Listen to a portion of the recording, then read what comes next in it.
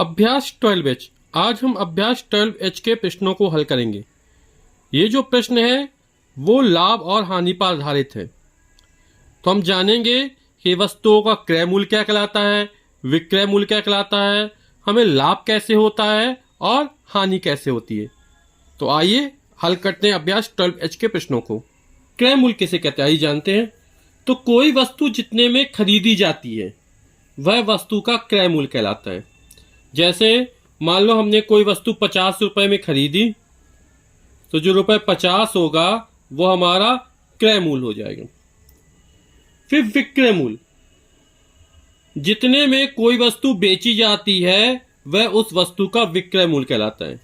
जैसे हमने 50 रुपए कोई वस्तु खरीदी और उसको हमने 60 रुपए में बेच दिया, तो ये बेचा कितने 60 रुपए में, तो विक्रय मूल्य हमारा 60 रुपए हो जाएगा।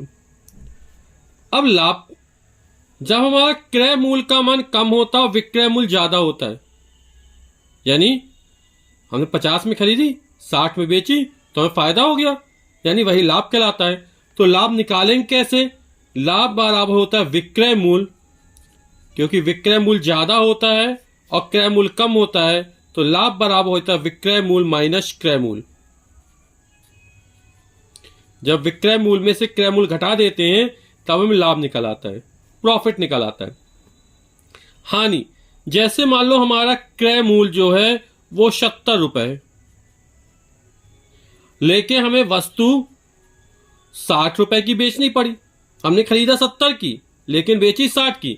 जब 70 खरीदी तो क्रय मूल्य हमारा हो गया 70 रुपए और बेची 60 रुपए की, तो विक्रय मूल्य हमारा 60 रुपए हो गया। अब हमें क्या हो गया? घाटा हो गया, है ना। कितने घाटा हुआ? तो हानि निकलेगी। हानि में क्या होता है? विक्रय मूल्य का मान कम होता है और क्रय मूल्य का मान ज्यादा होता है। यहाँ क्रय मूल्य 70 रुपए है, विक्रय मूल्य 60 रुपए।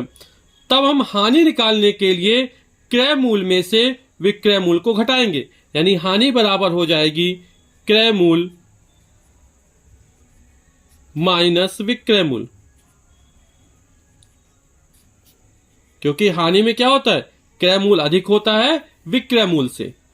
जैसे पहला प्रश्न है हमारा, निम्नांकित सारणी में रिक्त स्थानों को अपनी अभ्यास पुस्तिका में भरिए। ये पहला रिक्त स्थान हमारा भरा हुआ है। यहाँ पे हमको क्रय मूल्य 100 रुपए दे गया, विक्रय मूल्य को 115 रुपए दे रहा है ना। तो हम देख रहे हैं अभी कि क्रय मूल्य 100 रुपए कम है, विक्रय मूल्य ज्यादा है, तो हमें लाभ होगा। और लाभ कैसे निकालेंगे? विक्रय मूल्य में से क्रय मूल्य को घटा देंगे, यानी 115 में 100 जाएगा तो हमारा आ जाएगा 15 रुपए, यानी 15 रुपए का हमको क्या हो गया? लाभ हो गया। लाभ या हानि में से कोई एक होगा, या तो लाभ होगा या हानि होगी। तो यहां पर ये वाला कॉलम जो है वो हमारा खाली रह जाएगा। तो हमें क्रय मूल्य ज्ञात करना है। हम देख रहे हैं कि ये क्रय मूल्य 100 रुपए था, उसमें लाभ जोड़ देंगे तो हमारा विक्रय मूल्य निकल आता है। क्रय मूल्य में लाभ जोड़ दो तो विक्रय मूल्य निकल आएगा। तो यहाँ पे विक्रय मूल्य दिया गया है, इसमें लाभ हम घटा दें, कितना में फायदा हुआ है वो हम घटा देंगे तो हमारा क्रय मूल्य निकल आएगा। तो जब 1500 में 300 घटेगा तो हमारा निकल आएगा 1200। तो हमें 1200 रुपए जो होगा वो क्रय मूल्य हो जाएगा। अब हमें दे रहा है क्रय मूल्य 700 रुपए दे रहा है, हानि दे रहा है। यहां पर हानि कितनी है? 150 रुपए की। तो क्रय मूल्य में से हम हानि को घटा देंगे तो हमारा विक्रय मूल्य निकल आएगा। इतने का लॉस हो गया हमको, है ना। जब क्रय मूल्य में से लाभ जोड़ दे तो विक्रय मूल्य निकल आता है। जब क्रय मूल्य में से हानि को घटा देंगे तो हमारा विक्रय मूल्य निकल आएगा। तो 700 में 150 घटा देंगे तो ये हमारा निकल आएगा 550। अब हमें क्रय मूल्य 1200 रुपए दिया गया है, विक्रय मूल्य 1100 रुपए दिया है। क्रय मूल्य ज्यादा है, विक्रय मूल्य कम है, यानी हमें क्या होगी? हानि होगी। और हानि के लिए क्या करेंगे? क्रय मूल्य में से विक्रय मूल्य घटा देंगे। तो 1200 में से जब 1100 घटेगा तो आएगा 100 रुपए, यानी हमें रुपए 100 की क्या हो जाएगी? हानि हो जाएगी। क्वेश्चन में दूसरा कह, रहीम ने एक घड़ी रुपए 1400 में खरीदकर रुपए 1600 में बेच दी, उसे कितना लाभ हुआ? तो रहीम ने रुपए 1400 में, यानी घड़ी का जो क्रय मूल्य है वो 1400 रुपए हमको दिया गया है और उसे 1600 में बेच दी गई है। तो बेची गई, विक्रय मूल्य हमको दिया गया रुपए 1600। अब उसे कितना लाभ होगा? विक्रय मूल्य ज्यादा है, क्रय मूल्य कम है, लाभ होगा। और लाभ कैसे निकालेंगे? विक्रय मूल में से क्रय मूल को घटा देंगे, तो लाभ बराबर हो जाएगा हमारा विक्रय मूल माइनस क्रय मूल। विक्रय मूल हमारा 1600 रुपये 1600 माइनस 1400, जब घटा देंगे तो आ जाएगा रुपये 200, यानी 200 रुपये का में क्या हो जाएगा? लाभ हो जाएगा। क्वेश्चन नंबर तीसरा है, गीता ने एक साड़ी रुपये 750 में बेची, तो जो बेची यानी विक्रय मूल है वो रुपए जो है 750 रुपए है। फिर कह रहा है इसमें रुपए 125 की हानि हुई। हानि हुई कितनी? 125 रुपए की उसको हानि होगी। साड़ी का क्रय मूल ज्ञात कीजिए। साड़ी का क्रय मूल हमको ज्ञात करना है। अब हानि हुई तो हम हानि वाले सूत्र लगा देंगे। हानि बराबर होता है क्रय मूल माइनस विक्रय मूल। तो हानि कितने की हुई? 125 रुपए की हुई, बराबर क्रय मूल हमको ज्ञात करना है, माइनस विक्रय मूल दिया 750 रुपए। हम जानते हैं माइनस से बराबर किस तरफ जाएगा तो प्लस हो जाएगा, तो 125 प्लस 750 बराबर हो जाए क्रय मूल।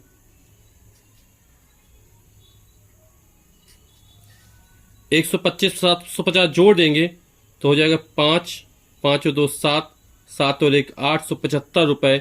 ये हमारा क्रय मूल निकल आएगा।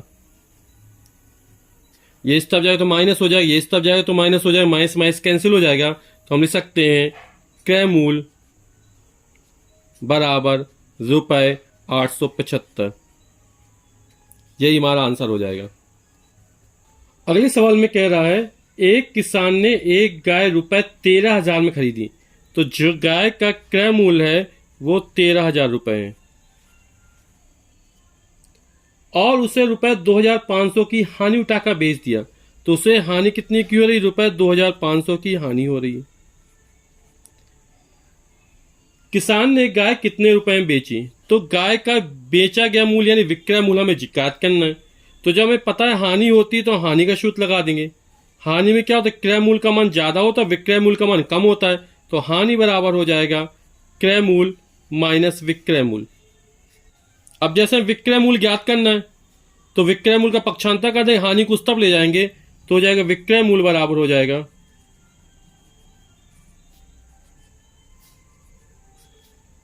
क्रय मूल। ये माइनस इस तरफ प्लस हो गया, हानि उस तरफ जाएगी तो माइनस हो जाएगा, माइनस हानि। यानी क्रय मूल में से हानि घटा दो हम विक्रय मूल निकल आता है। तो क्रय मूल हमारा कितना है? 13,000 रुपए है, हानि है 2,500 की। जब घटा देंगे तो 0 0 0 5 हाथ से जाएगी 5 हो जाएगा, यहां बचेगा 2 2 में 2 का 0, तो 10,500 रुपए हमारा निकल आएगा कि विक्रय मूल जो होगा वो 10,500 हो जाएगा। जैसे पांचवा सवाल कह रहा है हरीश ने एक पुरानी स्कूटर रुपए 7,000 में खरीदी, तो जो क्रय मूल हो जाएगा वो 7,000 रुपए हो जाएगा और रुपए 600 उसकी मरम्मत में खर्च किया। अब 7,000 की खरीदी और 600 और खर्च कर दिया मरम्मत कराने में, तो बताइए स्कूटर का लागत मूल क्या है? तो लागत मूल यानी टोटल खर्च कितना हो गया?